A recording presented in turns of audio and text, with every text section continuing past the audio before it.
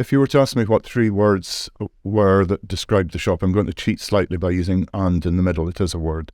So my 3 words would be independent and radical. It's independent in that we choose what we do here. We're also radical.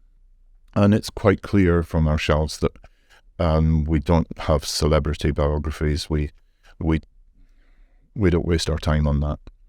And so defining radical by, in part, what we do stock and in part by what we don't stock.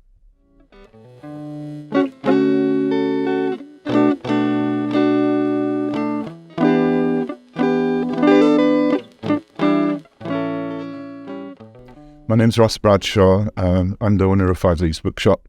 I've been here since the start, which opened on 9th of November 2013. But Five Leaves started in 1995 as a publisher, and we still publish, but primarily our role is running the bookshop now. I was 61 when I opened the bookshop, just under 10 years ago, and I thought, if I don't do it now, I will never do it. And I'd always wanted to go back to bookselling. Bookselling had been my love. I liked publishing, but bookselling was where I was most at home.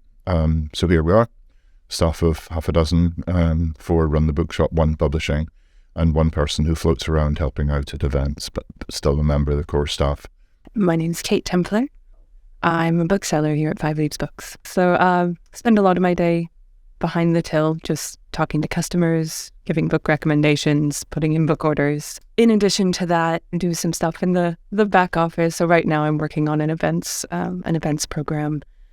I'm the newest member of staff here, so I started in July of last year.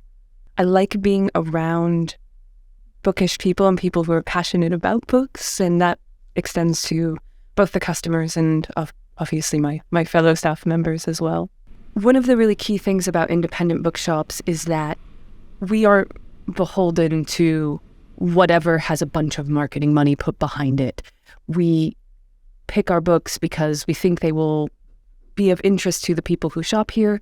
They're also things that we feel really passionately about, and we can encourage people to look at the world a little differently. Sadly, I think there's some independent bookstores who, for whatever reason, mostly just stock very mainstream publishers and very mainstream publication, but I feel strongly that a good independent bookstore should look beyond that as well and give a place for independent publishers and independent voices and different voices to have a space and to shine and be discoverable.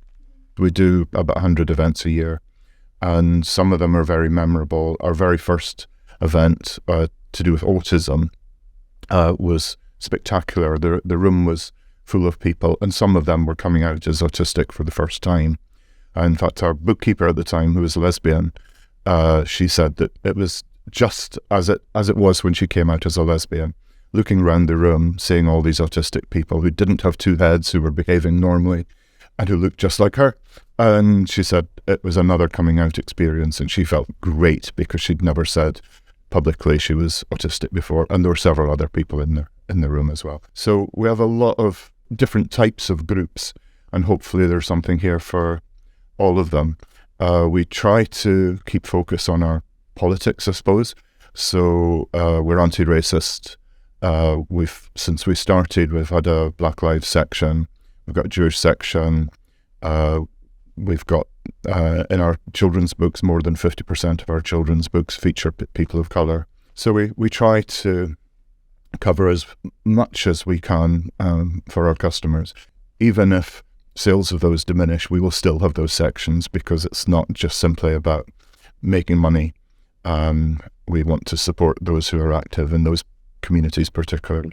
I think one of the nicest things that's happened when I was in the store is we have a really good LGBTQ section, and one of the day-to-day things that's really nice is that we have a lot of young people who come in who are just kind of exploring their sexuality and they're looking at the books there.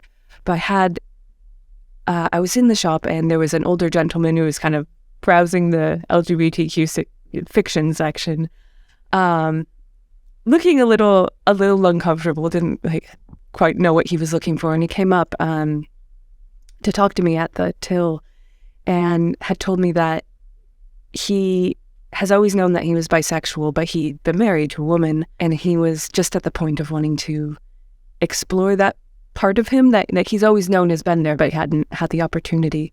So we're able to make a couple of book recommendations and also just give him some flyers for, a local meetup for bisexual people. And I think he came away with that with some helpful information. And it also just made me happy that this was the place that he came to and he felt comfortable. My name is Julie Gardner, and I've been a customer at Five Leaves for, I think, probably about 8 years.